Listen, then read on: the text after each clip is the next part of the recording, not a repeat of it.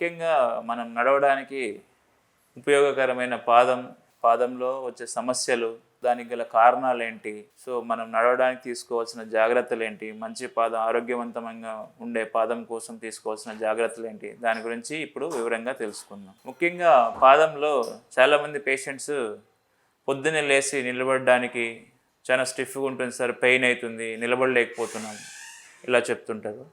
అలా first complaint అనేది ఎక్కువ పాదం నొప్పి ఉండడం కానీ, సో నిలబడలేకపోవడం కానీ, పొద్దున్న లేచి నిలబడలేకపోవడం కానీ, స్టిఫ్నెస్ అనిపించడం కానీ, సో ఇలా ఉంటే కనుక ఏమేమి రీజన్స్ వల్ల ఇలా అవుతుంది అనేదాన్ని ముఖ్యంగా తెలుసుకుంటే కనుక, ముఖ్యంగా మోస్ట్ కామన్గా చెప్పాలంటే దీన్ని ప్లాంటార్ ఫేషియైటిస్ ఉంటుందండి.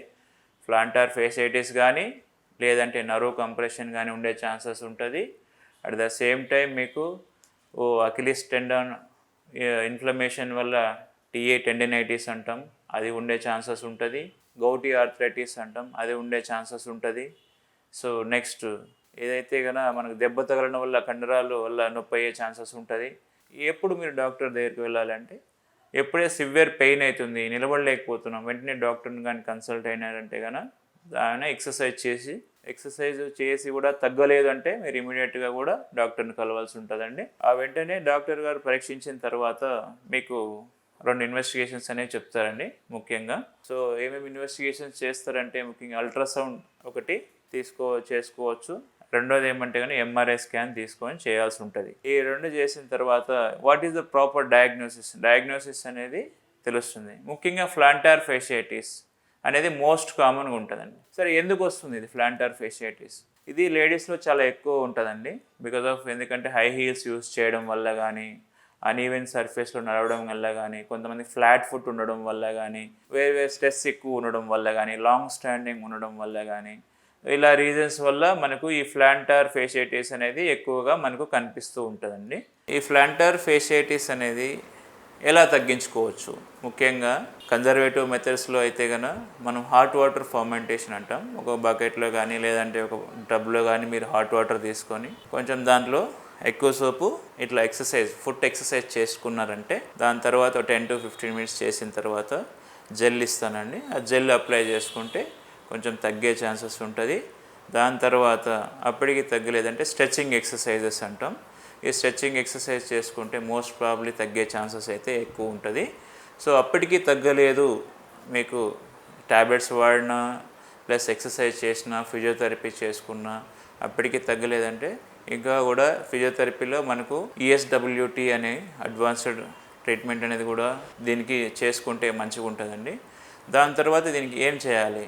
అప్పటికి ఫిజియోథెరపీ చేసుకున్నాం, ఇవన్నీ చేసుకున్న తర్వాత కూడా తగ్గలేదు, it's more than 6 months of persistent అంటే కనుక 6 months కంటే ఎక్కువ ఉంది, ఇలా మాకు పెయిన్ అవుతూనే ఉంది, ట్యాబ్లెట్స్ వాడినాం ప్లస్ ఇంజెక్షన్స్ తీసుకున్నాం, దాంతోపాటు మీ ఫిజియోథెరపీ చేసుకున్నప్పటికీ తగ్గలేదేమంటే లోకల్ ఇంజెక్షన్స్ అంటామండి. ఇక్కడైతే పెయిన్ ఉందో ప్లాంటార్ ఫేషియైటిస్ ఏరియాలో మనము ఇంజెక్ట్ చేస్తాం. ఏమి ఇంజెక్ట్ చేస్తాం? There is 2 types of injections ఉంటాయండి. ఒకటి మనం స్టిరాయిడ్స్ డెపోమెట్రాల్ అంటాం. ఆ డెపోమెట్రాల్ లిగ్నోకైన్ అనస్థీషియా తీసుకొని మనం అక్కడ ఇంజెక్ట్ చేయడం జరుగుతుంది సెప్టిక్ కండిషన్స్లో.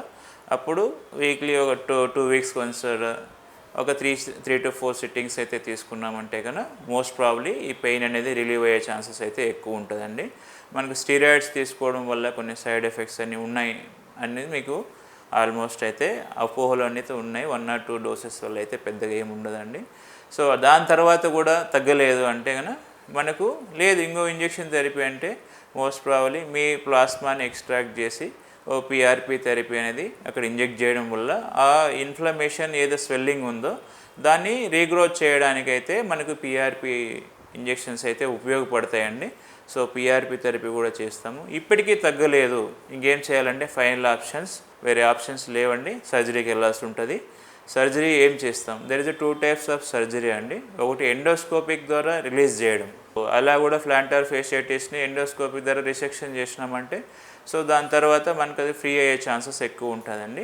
అది కాదు వేరే ఇంకేమైనా అనుకుంటే కనుక నెక్స్ట్ నీడిల్ టెక్నిక్ అంటామండి. ప్లాంటార్ ఫేషియైటిస్ని డ్రై నీడిల్ ద్వారా మనం రిలీజ్ చేయడం అంటాం ప్లాంటార్ ఫేషియైటిస్. అది రిలీజ్ చేసినా కూడా ప్లాంటార్ ఫేషియైటిస్ బాగా తగ్గుతుందండి. అది కాదంటే ఓపెన్ రిసెక్షన్ అంటాం. ఓపెన్ రిసెక్షన్ చేసి ఆ ప్లాంటర్ ఫేషియల్ స్ట్రెచ్చింగ్ తగ్గించగలిగినామంటే మోస్ట్ ప్రాబబ్లీ మనకు మంచిగా అయ్యే ఛాన్సెస్ ఉంటుంది. దీంతోపాటు ఏం ప్రికాషన్స్ తీసుకోవాలి? స్ట్రెచ్చింగ్ ఎక్సర్సైజ్ చేసుకోవాలి. ఇప్పుడు నడవాలంటే అన్ఈవెన్ సర్ఫేస్లో నడవకుండా చూసుకోవాలి. కొంచెం flat surface. So flat foot ఉండే వాళ్ళు కంపల్సరీ హీల్ రైజ్ అనేది మనం చేసుకోవాల్సి ఉంటుంది. అప్పటికి మనం షూలు వాడుతుంటే షూలో సిలికాన్ కుషన్స్ అనేవి వస్తుంటాయండి. ఆ సిలికాన్ కుషన్స్ యూజ్ చేయడం వల్ల ఆ పెయిన్ అనేది తగ్గుతూ ఉంటుంది. At the same time calcaneum spur కూడా ఉండే ఛాన్సెస్ కూడా కొంతమందికి ఉంటుంది. సో ఆ క్యాల్కేనియం స్పర్ కూడా ఈ ఇంజెక్షన్ థెరపీ ఇవన్నీ కూడా చేసుకోవచ్చు. So at the same time మనం ఈ సాఫ్ట్ స్లీపర్స్ అవి యూజ్ చేసుకొని ప్రికాషనరీ మెజర్స్ తీసుకొని రెగ్యులర్గా కాల్షియం డైట్ తీసుకొని ఈ కొల్లాజన్ పౌడర్స్ అవైలబిలిటీ ఉన్నాయండి. ఇప్పుడు కొల్లాజన్ ట్యాబ్లెట్స్ కానీ పౌడర్స్ కానీ మనం తీసుకోవడం వల్ల మోర్ దాన్ 2-3 మంత్స్ తీసుకోవడం వల్ల ఈ పెయిన్ అనేది మనం తగ్గించుకోవచ్చు. At the same time regular health మంచిగా మెయింటైన్ చేసుకోవాలంటే ఎక్సర్సైజ్ అనేది చాలా ఇంపార్టెంట్ అండి. ఈ ఫుట్ ఎక్సర్సైజ్ చేసుకోవడం వల్ల మీరు హెల్తీగా నడవచ్చు, కామన్గానే ముందుకు నడుకొని చేయొచ్చు.